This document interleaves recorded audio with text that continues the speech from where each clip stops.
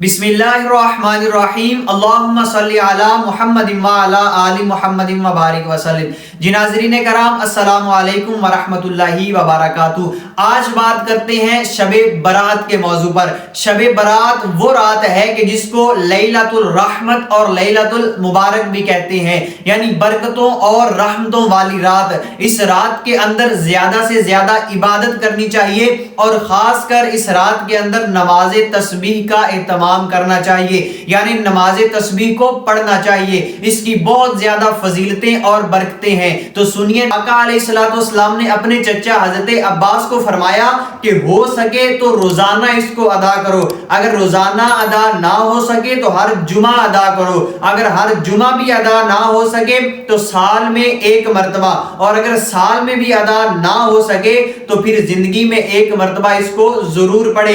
ये ऐसी नमाज है कि इससे सगीरा और कबीरा गुनाह रब ताला माफ फरमा देता है, और रंज मुसीबत तमाम जो आजमाइशें हैं ये उनको दूर करने के लिए निहायत मुफीद नमाज है। तो इसकी 4 रकातें हैं। मैं आपको इसका इंतहाई आसान करके तरीका समझाता हूं। इसके अंदर ये कलिमात सुबहानल्लाहि वल्हम्दुलिल्लाहि वला इलाहा इल्लल्लाहु वल्लाहु अकबर, ये हर रकत के अंदर 75 मरतबा यानी 75 मरतबा इन कलिमात को पढ़ना होता है। और इनका तरीका कार ये है कि पहली रकत के अंदर सना के बाद आपने इन कलिमात को 15 मरतबा पढ़ना है, और सूरत फातिहा यानी अल्हम्दुलिल्लाह और इसके अलावा कोई और सूरत पढ़ने के बाद इन्हीं कलिमात को 10 मरतबा पढ़ना है।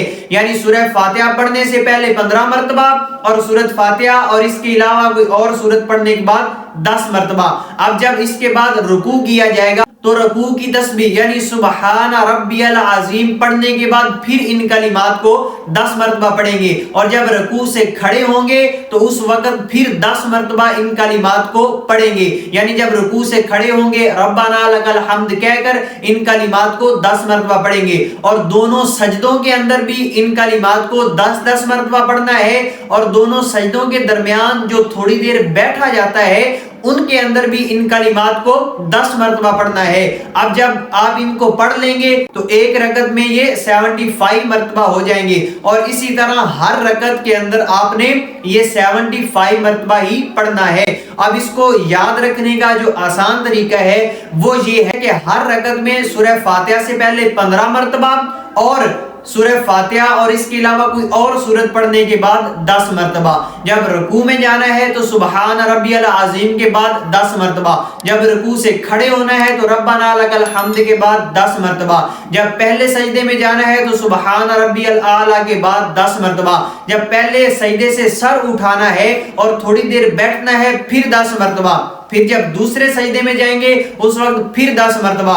यूं आपने हर रकत के अंदर इसको मुकम्मल करना है, और जब आखिरी रकत पर अत्ताहियात पढ़ेंगे तो तशहुद में आप इन कलिमात को नहीं पढ़ेंगे। तो ये था नमाज तस्बीह का आसान तरीका, और इस नमाज को पढ़ना ये इंतहाई मुफीद है। उम्मीद करता हूँ कि आपको नमाज तस्बीह का तरीका समझ में आ गया होगा। अल्लाह रब्बुल इज्जत हम सबको अमल करने की तौफीक अता फरमाए।